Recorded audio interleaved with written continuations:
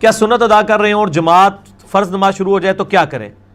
اگر تو آپ مطلب آخری رکعت میں ہیں تو فوراً سے یعنی تشہد تک پہنچیں اور محمدن عبدہ و رسولہ کے بعد صرف چھوٹا سا درود شریف پڑھیں، اللہم صلی علی محمد وعلی آل محمد، اور سلام پھیر دیں تو آپ کی نماز مکمل ہو جائے گی۔ اور ابھی ایک دو رکعتیں اگر پڑھی ہوئی ہیں اور آپ کو پتہ ہے کہ اس کی وجہ سے آپ کا قیام مس ہو جائے گا، پہلی رکعت چھوٹ جائے گی، تو آپ نماز کو وہیں پہ چھوڑ دیں اور پھر اس نماز کو دوبارہ لوٹا لیں، اس نفلی نماز کو۔ ظہر اور عشاء کی نماز کتنی ہے؟ ہم تو بریلویت کے وقت کی نمازیں پڑھ رہے ہیں، 4 سنتے، 4 فرض، 2 سنتے۔ میرے بھائی فرض نماز کی 17 رکھتے ہیں، اس پہ میرا کلپ یوٹیوب کے اوپر رکھا ہوا ہے، وہ آپ دیکھ لیں۔ نماز تو فرض وہی ہے، 2 فجر کے، 4 ظہر، 4 عصر، 3 مغرب، 4 عشاء، باقی سنتیں تو ہیں مؤکدہ۔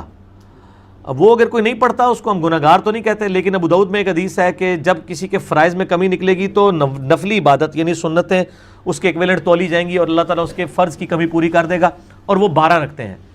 2 فجر سے پہلے، بخاری مسلم میں آئی ہیں، 2 فجر سے پہلے، 4 ظہر سے پہلے، 2 ظہر کے بعد، 2 مغرب کے بعد، 2 عشاء کے بعد، اور 3 وتر جو ہیں اس کے علاوہ ہیں، وہ 5 بھی پڑھ سکتے ہیں، 3 بھی اور 1 وتر بھی، لیکن عمومی عمل صحیح بخاری میں 3 وتر کا ہے، مسئلہ نمبر 130 میرا ریکارڈڈ موجود ہے، وہ آپ دیکھ سکتے ہیں۔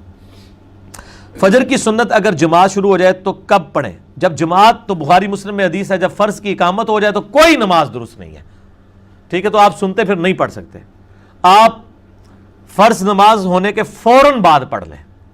وہ ترمذی میں روایت موجود ہے، ترمذی والی سند تو کمزور ہے، البتہ صحیح ابن خزیمہ میں اور صحیح ابن حبان کے اندر موجود ہے کہ نبی علیہ السلام ایک دفعہ فجر کی نماز پڑھ کے نکلے تو ایک بندہ نماز پڑھ رہا تھا، آپ اس کے پاس کھڑے ہو گئے، جب سلام پڑھ کے پھیر کے فارغ ہوا آپ نے پوچھا یہ کیا پڑھا تم نے؟ کوئی کل سے جو ہے وہ فجر کی 4 رکعتیں پڑھنا شروع کر دے گا۔ اس نے کہا رسول اللہ میں نے فرض نہیں پڑھے، میری فجر سے پہلے جو 2 رکعتیں رہ گئی تھی نوافل سنت مؤکدہ میں وہ پڑھ رہا ہوں، تو آپ نے خاموشی اختیار کر لی، اسے کہتے ہیں حدیث تقریری، یعنی آپ کے سامنے ایک عمل ہوا، آپ سب نے خاموشی اختیار کر لی۔ یہ حدیث آپ کو مشکات میں بھی جو ہے وہ پہلی جلد کے اندر مل جائے گی، اس کے نیچے شیخ زبیر صاحب نے تحکیم بھی کی ہوئی ہے کہ ترمذی والی روایت کمزور ہے، لیکن چونکہ اس کی صحیح سند ابن حبان اور ابن خزیمہ میں موجود ہے لہٰذا اس کا متن بالکل ٹھیک ہے، فوراً بعد پڑھ لیں، اور اگر آپ سورج نکل کے پڑھنا چاہتے ہیں اس وقت بھی پڑھ لیں۔ لیکن یہ جو عوام میں مشہور ہے کہ جی اتنی دیر آپ مسجد میں بیٹھے رہیں گے، یہ تو فقہ حنفی میں بھی کہیں نہیں لکھا ہوا، یہ لوگوں نے مشہور کیا ہوا ہے۔ آپ گھر جا سکتے ہیں، اور اگر کوئی نہیں بھی پڑھتا گناہگار کوئی نہیں ہے، بعد میں پڑھ لے، زور سے پہلے پڑھ لے، زور کے بعد پڑھ لے، 12 رکعتیں دن رات میں پوری کر لے، ٹھیک ہوگا جی؟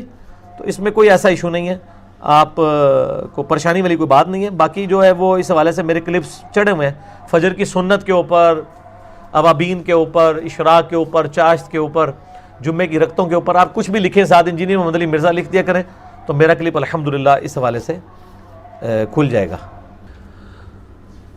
کیا فرض نماز ایک سے زیادہ جگہ پر ادا کی جا سکتی ہے؟ اب اس سے کیا مراد ہے کہ فرض نماز کو ہی بار بار پڑھنا ہے، یا فجر کی نماز بریلویوں کے پیچھے، دیوبندیوں کے پیچھے، ظہر عصر جو ہے وہ اہل حدیث کے پیچھے، مغرب شیعہ کے پیچھے؟ یہ اگر کوئی پوچھ رہا ہے تو پڑھیں جی، جدھر مرضی پڑھیں، اور نمازوں کو بار بار ریپیٹ کرنے کی کوئی ضرورت نہیں ہے۔ اگر آپ ریپیٹ بھی کریں گے تو ایک آپ کی فرض کاؤنٹ ہوگی، باقی نفلی ہوں گی۔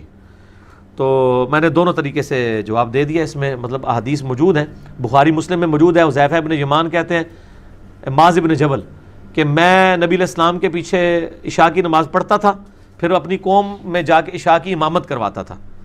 اس کے اوپر امام بخاری نے باب باندھا ہے کہ متنفل کے پیچھے مفرض کی نماز درست ہے، یعنی جو فرض پڑھنے والا ہے وہ نفل جس نے نیت کی ہے اس کے پیچھے نماز پڑھ سکتا ہے۔ فجر کی نماز کے بعد اور سورج طلوع ہونے سے پہلے قضا نمازیں ادا کر سکتے ہیں؟ بالکل، سب کے نزدیک کر سکتے ہیں، حنفیوں کے نزدیک بھی کر سکتے ہیں، وہ صرف نفلی نماز کو منع سمجھتے ہیں، فجر کے فرائض کے بعد قضا نماز کو وہ بھی جائز سمجھتے ہیں۔ نبی علیہ السلام نے جو یعنی ممانعت ہے وہ تو 3 اوقات کے اندر ہے، جب سورج نکل رہا ہوتا ہے بالکل ٹکیا جب باہر آنے لگتی ہے 10 منٹ کا وہ، اور داہوہ کبرا جو دن کے وقت ہے، اور غروب سے جسٹ پہلے، لیکن غروب میں آسانی ہے کہ آپ اس وقت نماز عصر پڑھ سکتے ہیں، اور فجر کی بھی 1 رکعت اگر طلوع سے پہلے پا لی تو فجر کی نماز پا لی، بخاری مسلم میں موجود ہے، مسئلہ نمبر میرا 30 نمازوں کے اوقات پہ دیکھ لیں ڈیٹیل کے ساتھ۔ میں نے سنا ہے کہ جس حدیث میں پیغمبر صلی اللہ علیہ وسلم نے صف میں اکیلے آدمی کی نماز کو پڑھنے کا حکم دیا تھا کیونکہ اگلی صف میں جگہ موجود تھی، ایسی بات نہیں ہے میرے بھائی، اتنا سیدھا مسئلہ نہیں ہے، اس کے اوپر محدثین میں بڑا سخت اختلاف پایا جاتا ہے۔ اگلی صف میں اگر جگہ موجود ہو اس کے باوجود کوئی پچھلی صف میں نماز پڑھے تو یہ حنفیوں کی مسجدوں میں آپ یہ عام منظر دیکھ سکتے ہیں، یہ بھی ہو رہا ہوتا ہے۔ اگر انہوں نے یہ جھوٹی ایکسکیوز پیش کی ہے تو اس کے اوپر تو کوئی اختلاف ہی نہیں ہے، اکیلا پیچھے نماز نہیں پڑھے گا. جماعت کا ایک پروٹوکول ہے, جماعت میں آپ نے یعنی اکٹھے ہونا ہے. ایون 2 بندے ہوں گے تو جماعت قائم کریں گے, وہ بھی ساتھ ساتھ کھڑے ہوں گے. اگر اکیلا صف میں پیچھے بندہ ہے تو ابو داؤد ترمذی ابن ماجہ کے اندر حدیث موجود ہے, اس کی نماز نہیں ہوگی, وہ آگے سے کسی کو پیچھے لے آئے گا. لیکن وہ اگلے لوگ ایجوکیٹ بھی ہونے چاہیے. تو عموماً یہی ہوتا ہے, اکیلے کی بہت کم ہی نوبت آتی ہے, کوئی نہ کوئی آگے شامل ہو جاتا ہے. بہرحال اکیلے بندے کی نماز صف میں نہیں ہوگی, آگے سے کسی کو پیچھے کر لے, جو بالکل امام کے پیچھے ہے اس کو پیچھے کر لے, اور ان کو بھی ایجوکیٹ ہونا چاہیے. باقی ساتھ والے پھر مل کے صف کو سیدھا کر لیں تو نماز درست ہو جائے گی. اور بسا اوقات یہ بھی ہوتا ہے کہ لوگ ایجوکیٹ نہیں ہوتے ہیں, شوق ان کو بہت ہوتا ہے امام کے پیچھے کھڑے ہونے کا, لیکن صحیح بخاری میں حدیث ہے, نبی علیہ السلام فرمایا جن کو قرآن زیادہ ہے, دین کا زیادہ علم ہے, وہ میرے پیچھے کھڑے ہوا کریں, ورنہ مجھے بھی قرآن پڑھنے میں جو ہے وہ دقت ہو جاتی ہے. ظاہر ہے وہ پھر وہ روحانیت نہیں نہ رہتی. تو یہاں پہ جو جتنا بڑا کوئی چودھری ہے اس کو شوق ہوتا ہے پیچھے کھڑے ہونے کا, اور اگر امام کا وضو ٹوٹ جائے تو اس چودھری صاحب کو آگے کر کے امام صاحب اپنے مسئلے پہ کھڑا کر سکتے ہیں؟ نہیں.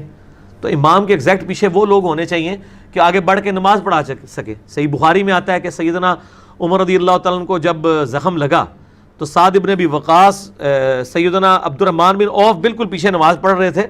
نماز سیدنا عمر تو گر پڑے, کچھ صحابہ نے ان کو سنبھالا, اور سیدنا عبد الرحمن بن عوف آگے مسلح پہ گئے, انہوں نے نماز مختصراً پڑھا کے نماز مکمل کی, نماز توڑی نہیں ہے.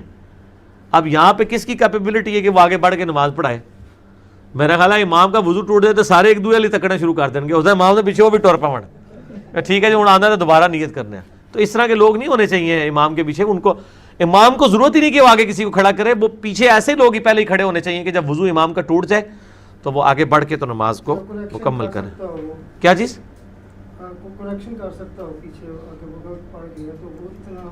ہاں کریکشن تو ضروری نہیں ایگزیکٹ پیچھے ہو, وہ تو کہیں سے بھی کر سکتا ہے. جی ظاہر ہے وہیں سے شروع کریں. اگر نماز کا ٹائم شروع ہو جائے اور اگر کوئی اذان نہ ہو تو اکیلا بندہ نماز پڑھ سکتا ہے یا اذان دے کر پڑھ سکتا ہے. کیوں پڑھنا چاہ رہا ہے اکیلا؟ جلدی ہے اسے, جماعت سے پڑھے.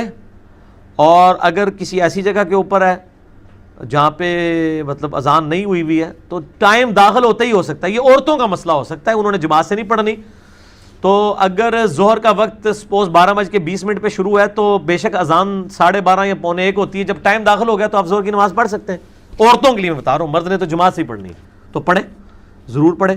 اکیلا بندہ بھی, صحیح بخاری میں حدیث ہے, تیرے رب کو اس گڈریے پہ بڑا پیار آتا ہے جو پہاڑ کی چوٹی پہ اکیلا کھڑا ہو کر اذان اور اقامت دے کے جماعت کو قائم کرتا ہے. یعنی کوئی اس کا ساتھی نہیں ہے. وہ آپ اکیلے بھی, کبھی آپ کی جماعت رہ گئی ہے اور آپ اکیلے نماز پڑھ رہے ہیں تو آپ بلند آواز میں اقامت کہہ کے, تکبیرات بلند کہہ کے نماز پڑھ سکتے ہیں. بخاری کی حدیث کا مفہوم ہے کہ نماز کے بعد بلند آواز سے ذکر کیا جاتا تھا. تو کیا نماز کے بعد بلند آواز سے ذکر کرنا جائز ہے؟ جائز نہیں, سنت ہے.